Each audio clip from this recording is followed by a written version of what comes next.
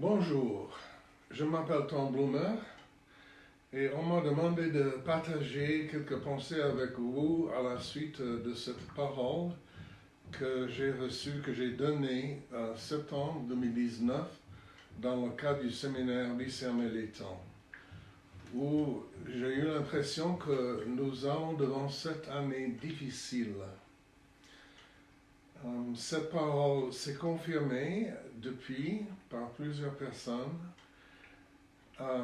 et maintenant on doit, je crois, sérieusement réfléchir sur notre avenir.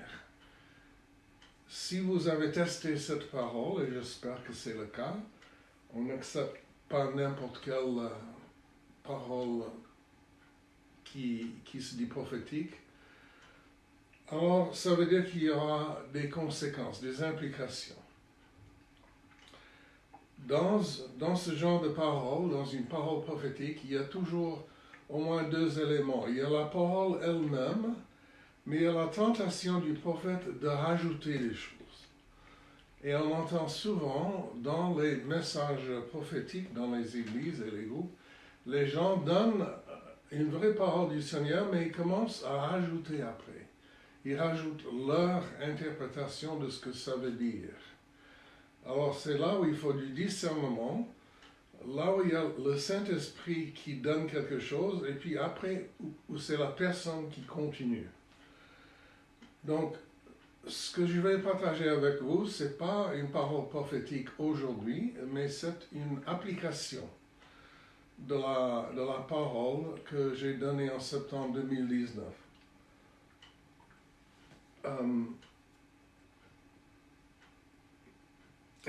Oui, c'est ça. C'était 2019. Donc, voilà ce que je pense. C'est une occasion inouïe que nous avons devant nous de nous mettre ensemble d'une nouvelle manière. La réaction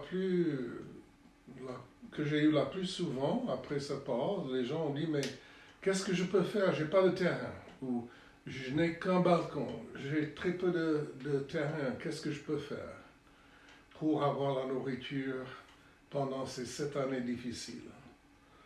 Mais justement, il faut pas que nous pensions ce que moi je peux faire, parce que ça ne sera pas assez de toute manière.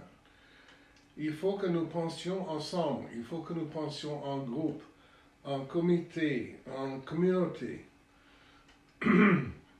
Et ça sera une occasion de travailler ensemble, de préparer notre nourriture pour une année. Ça va nous ouvrir des chemins vers des relations plus profondes, différentes, et des possibilités de relations même avec ceux qui ne partagent pas nos croyances.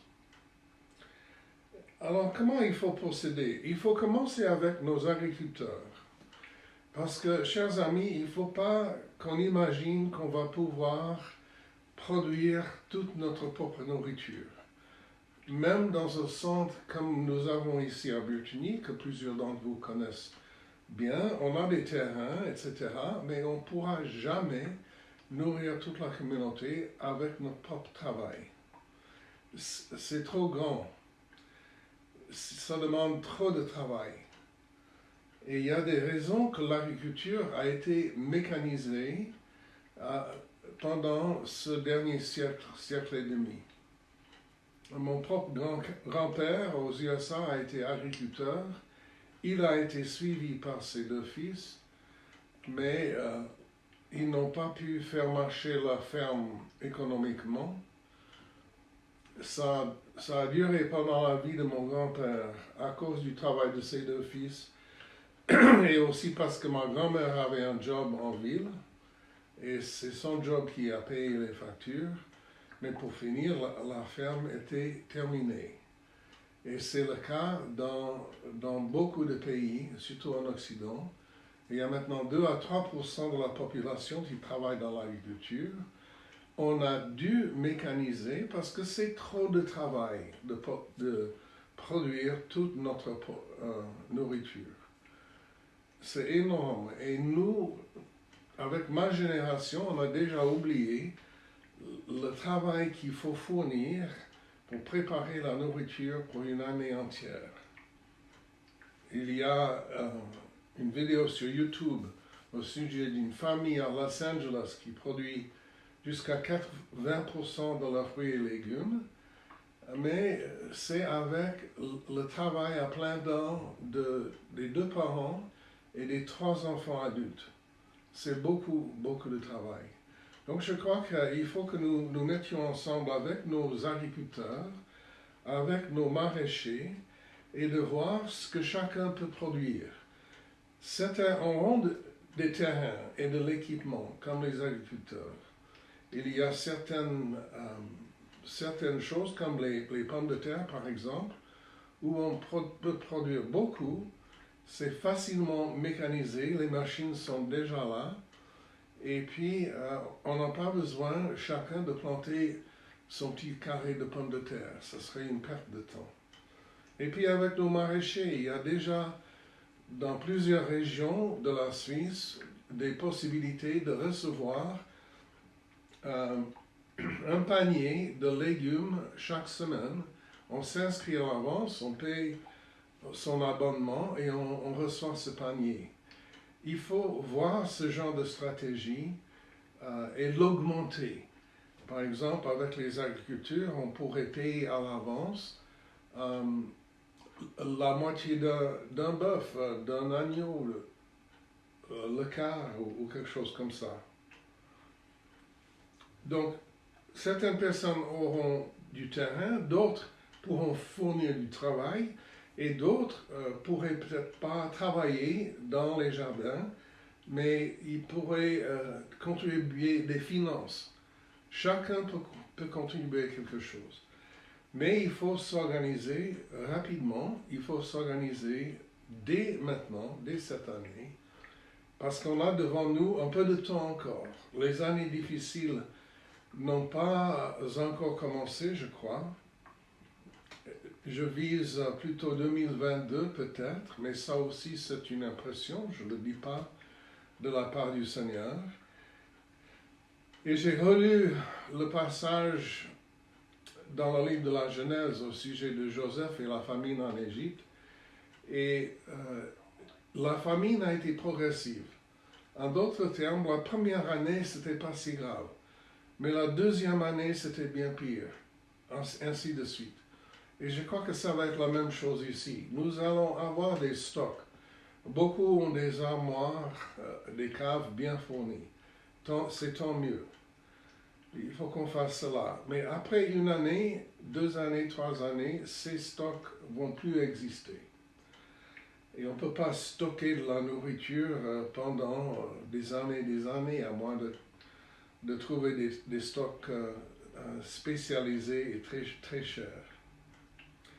Moi, je crois que le Seigneur nous appellerait peut-être à nous mettre ensemble pour produire ce qu'on peut pour 2 ou 3 raisons. Une raison, c'est justement de nouer des relations entre nous et avec nos voisins de quartier, de village, dans une nouvelle dimension qu'on n'a jamais pu vivre avant. On va devoir le vivre cette fois, et tant mieux, je dirais tant mieux. Il y a beaucoup de bons croyants qui soupirent après ce que les cultes recommencent dans nos bâtiments. Moi, je crois que nous avons une occasion ici qui est formidable de ne plus rester dans nos bâtiments. Bien sûr, on a envie de se réunir, de revoir tout le monde, mais sortons de nos bâtiments, sortons de nos murs, allons à la rencontre de nos voisins, en proposant justement des efforts de collaboration dans la production de nourriture. Une autre dimension, il me semble, c'est que en Suisse et dans beaucoup de nos pays occidentaux, il y aura assez de stocks de nourriture, par exemple, de produits comme des légumineuses, la farine, des pâtes. Il y aura tout cela. Mais ce qui risque de nous manquer, c'est justement une suffisance dans les vitamines. et les minéraux, certains minéraux. Et ça, c'est le genre de choses qu'on peut produire abondamment dans un potager.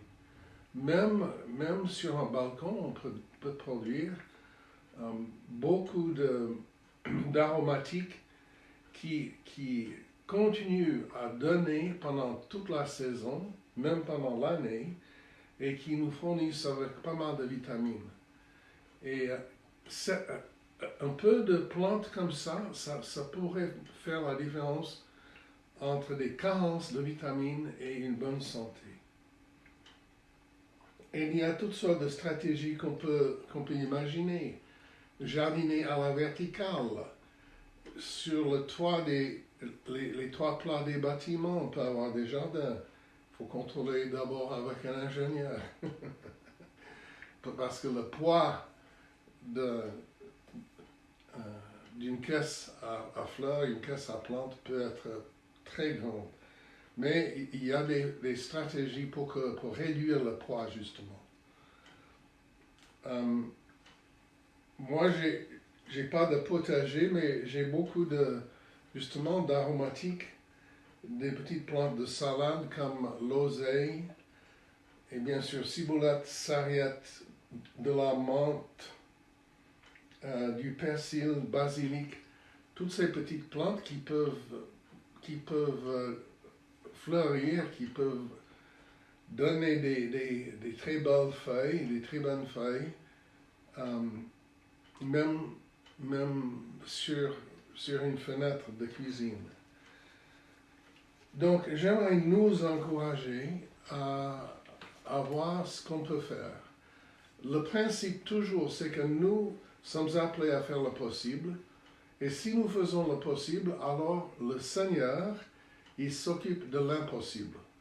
Mais il ne faut pas mélanger les cahiers de charges. Notre cahier de charges, c'est de faire le possible, et le Seigneur va nous nourrir pendant les temps difficiles, et nous pourrons imaginer un ministère de Joseph, des ministères de Joseph, où on va vers nos voisins avec des aromatiques fraîches, quelques légumes, quelques fruits, etc., etc. Je viens de voir un arbre de kaki chez les amis avec des centaines de fruits là-dessus. Un petit arbre de centaines de fruits. Donc il faut apprendre dès maintenant ce qui pousse chez vous. Ensuite, ça change beaucoup avec l'altitude, avec le type de sol, le type d'eau aussi. Le sol vers les Alpes, c'est plutôt acide. Le sol ici dans le Jura, c'est plutôt calcaire. Et ça fait une différence énorme dans ce qui peut pousser facilement. Moi, je dirais que cette année, c'est l'année des essais, des tentatives de collaboration, de stratégie.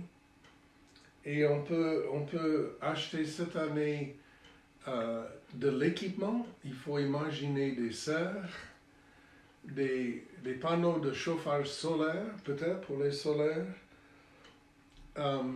Et puis trouver des terrains, quel terrain on pourra partager entre voisins, entre membres d'une communauté. Et une dernière chose, peut-être, imaginez déjà maintenant d'acheter des semences. Il y a eu déjà printemps passé des manques de semences parce que les garden centers étaient fermés pendant si longtemps, les stocks, ils ne pouvaient pas gérer la demande pour les stocks. Beaucoup de gens ont déjà acheté de l'équipement de jardinage l'année passée. Et j'ai un site que j'aime beaucoup, plante.ch, où j'ai acheté certaines choses, mais eux, ils ont dit, achetez vos semences pour cette année maintenant, parce que plus tard, vers le printemps, ça risque d'être trop tard. Donc, il faut que nous pensions à l'avance, il faut que nous pensions à long terme, et des années à l'avance, et si nous faisons le possible, Dieu fera l'impossible. Ce ne sera pas des années faciles, mais ce sera des années tout à fait vivables dans la joie du Seigneur. Et une partie de cette joie, justement, c'est de voir les choses vivantes pousser et fleurir.